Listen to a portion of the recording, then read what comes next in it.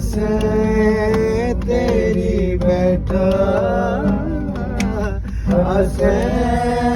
तेरी बैठा सबको असे तेरी बैठा कट नजर तूने उठा